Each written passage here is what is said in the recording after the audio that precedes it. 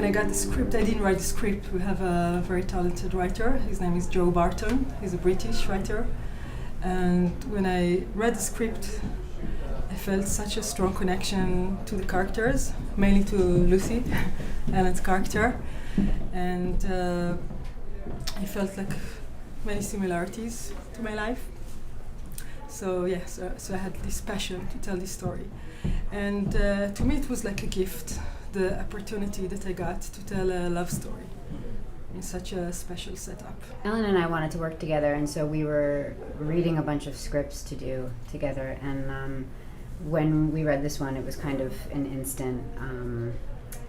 We instantly knew we had to make it, and so that's how it started for us. And then we saw Princess, her other movie, and we really loved it, and that's how we all got connected. It's so fascinating for me to see how different people react to, like how different people think differently.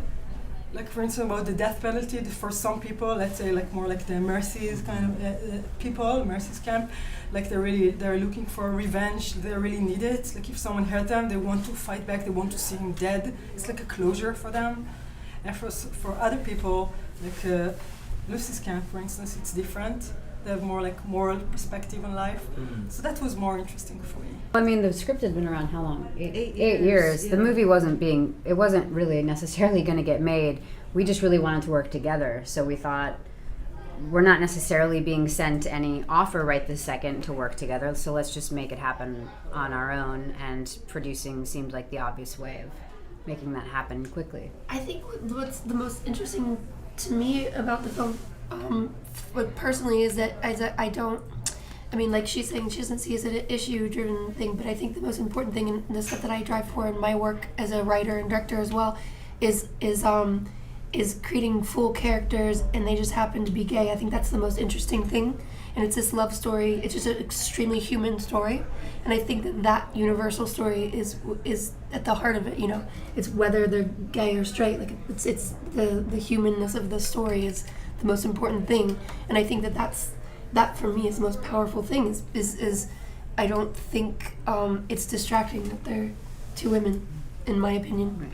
and I think that like to label it a gay movie is the same way that as a female writer-director that I always try to get away from people saying it's a female movie, and I think that's ostracizing in some way.